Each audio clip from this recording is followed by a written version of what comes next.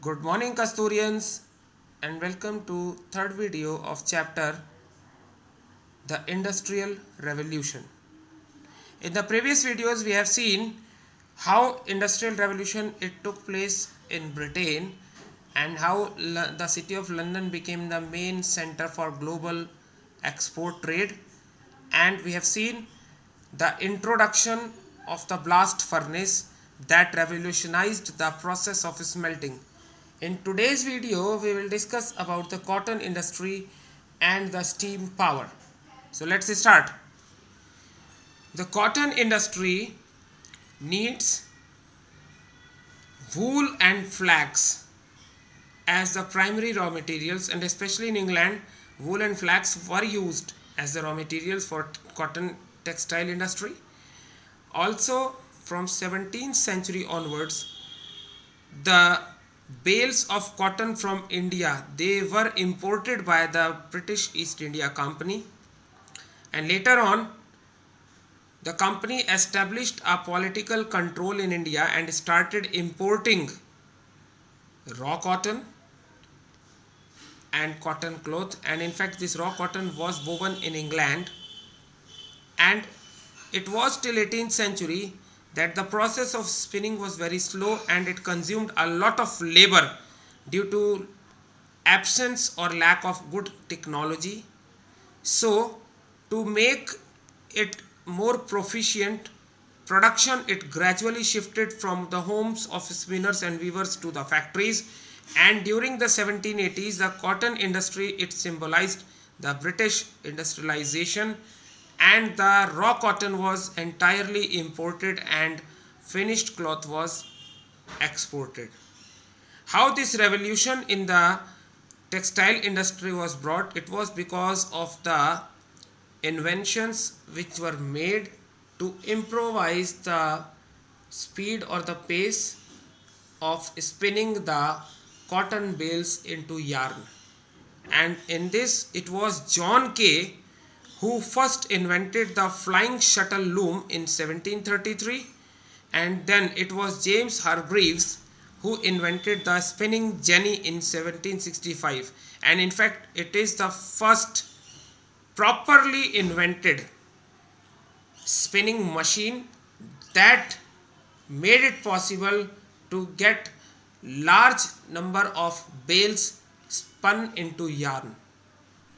Then after James Hargreaves, it was Richard Arkwright who invented the water frame in 1769, and then it was Samuel Crompton who invented the mule in 1779. And this James Hargreaves and Samuel Crompton, when we see these two, they joined together, they clubbed their hands together, and they laid the foundation of one of the best technology providing companies of the world, that is the Crompton Greaves. Followed by them, it was Edmund Cartwright who invented the power loom in 1787, whose improved model is still in use in today's textile mills. During the Industrial Revolution, steam power was not there in the very first phases. It was coal which was used directly to provide heat, but later on in the next phases or coming phases of Industrial Revolution, it was realized that steam has the potential to generate tremendous power, and it was believed that steam could generate tremendous power and it will be important for large scale industrialization. So water had been used as an important source of energy, and its use was basically determined by the area, season and the flow of water. And the steam power was thought to be the only source of energy that was reliable and inexpensive enough to manufacture machinery itself. And later on, the invention of steam power and its improved models, it boosted the industrialization process, and the steam power was first used in mining industries. It was Thomas Savery who built a model steam engine called the Miner's Friend in 1698, which was to drain the water that entered into the coal mines. Also, in 1712, Thomas Newcomen, he built another steam engine, and this engine had the major defect of losing energy due to continuous cooling of condensing cylinder. So it was not such successful.